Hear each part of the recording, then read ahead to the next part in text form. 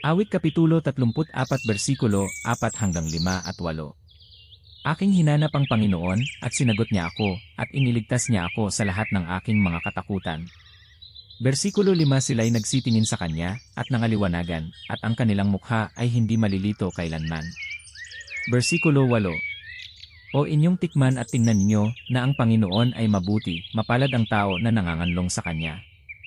Awit Kapitulo 34 versikulo 4-5 at 8 ay isang pagpapahayag ng katapatan at kabutihan ng Diyos na naghihikayat sa mga mananampalataya na magtiwala sa Kanya ng buong puso.